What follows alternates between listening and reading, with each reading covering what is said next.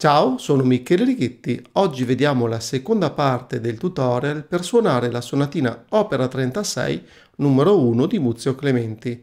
Si tratta di un andante, questa volta in tonalità di Fa maggiore. Infatti in chiave abbiamo il Si bemolle.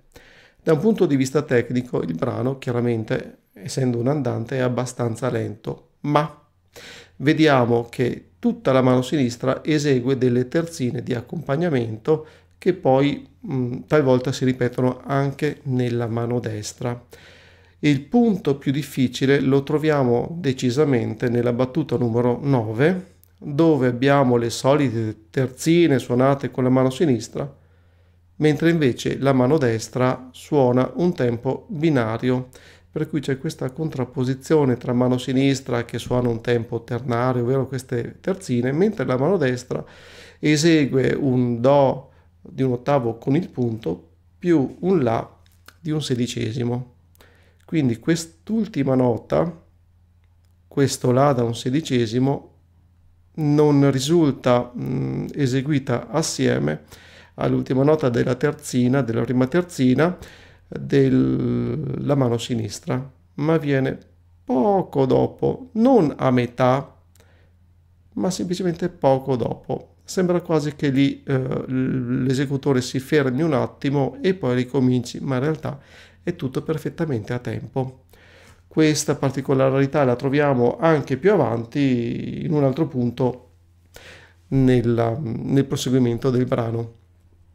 Bene, adesso andiamo a suonare prima a mani separate e poi a mani unite.